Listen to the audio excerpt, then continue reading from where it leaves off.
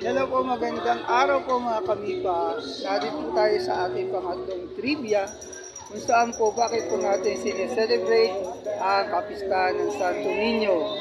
Noong taong 1521 po nang dumating po si Magellan kasama po ang mga Kastila ay kanilang po ipinakilala ang isang maliit na statue na Jesus po. Ito po ay tinatawag na Santo Niño kung saan po pinakilala po sa Cebu.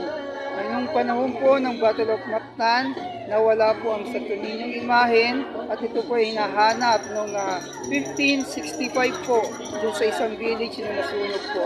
At doon po sa lugar na yun, doon po itinayo ang Basilica ng Santo Niño sa Cebu. Kung saan, kaya bakit po meron pa tayong selebrasyon ng sinulog sa Cebu. Every third Sunday po ng January ay ating ginugunita, sineselebrate po ang kapistahan ng Santo Niño.